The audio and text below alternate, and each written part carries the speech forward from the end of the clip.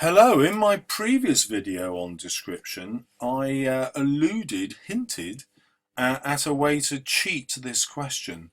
Now, I don't actually want you to really cheat, that's why it's in quotation marks, but there is a way you can cheat this question to get high marks. So as you remember, the answer that you give does not have to be about this picture at all. It only has to be suggested by it. And in case you didn't watch my previous video, here's a brief glimpse at the mark scheme. If you scan it over, you will see that nowhere in the mark scheme is there any reference to you having written about the picture. So you don't have to write about the picture in any way. Okay, well, what that means then is that you can prepare a description in advance that you're going to gamble will come up in the exam. So that's not too much of a gamble, because if you can't make it fit the exam, you've lost nothing. You can just write something else. But I'm going to suggest to you some ways where to show that it probably could be adapted to come into the exam. So let's pick any single idea that you could write a description of. Let's say it's a description of your parents getting a divorce, and you want to write a description of, I don't know, the state of both parents, so how they've been affected. You're going to do physical descriptions of them the day after they've told you or your sister or your whole family that they're getting a divorce. How on earth would you make that fit this picture? Well, you'd simply look for things in it which reminded you of the divorce. So, for example, you might see that the train is going to be divorced from its tracks, or you might see it as a tragedy.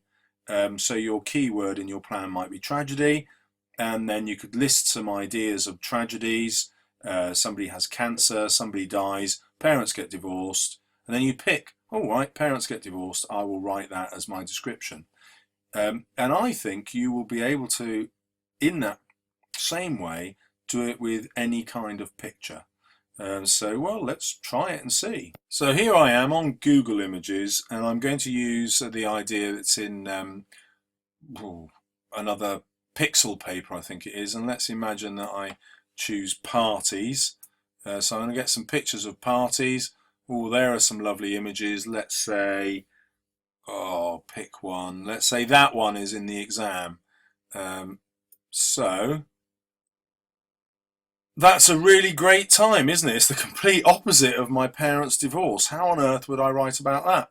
Well, I could just start listing positive and negative. So my plan might say happiness, sadness, birthday, 80th birthday, getting old, young hope, marriage and divorce. And so you can see that just by going through the opposites, I could get from here to my parents' divorce, and I'll write a description of what they look like and what the house looks like once they make that decision.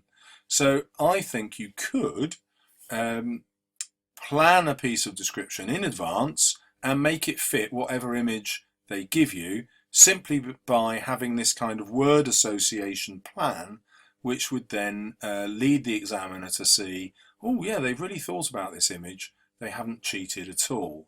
Now, I'm not recommending that you should do that. My other two videos don't include this element of cheating. But why would I condone it? Because I am, I hope, a deeply moral person. And the only reason that I'll recommend it to you is actually I do think it will make you a better writer. And it will work in this way. In order to plan it, you're going to write it, and then you're going to think, oh, that's too short or too long. I've got to change that and make it better. You're going to give it to your teacher or someone who's a better writer than you to give you more advice, and you're going to redraft it, and then you're going to redraft it again. So if you're going to cheat, then you're going to have something really worthwhile that you've spent a lot of time crafting.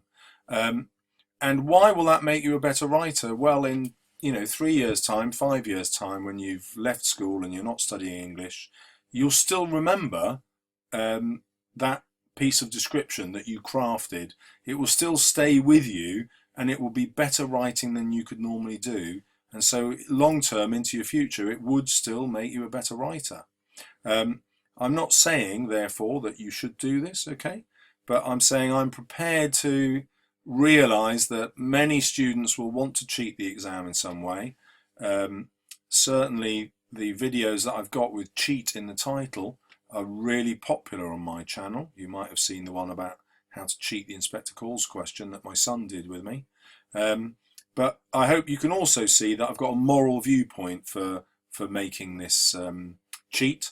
It's not a real cheat, it's a cheat in inverted commas, because actually you've still got to do all the work of making it fit the question.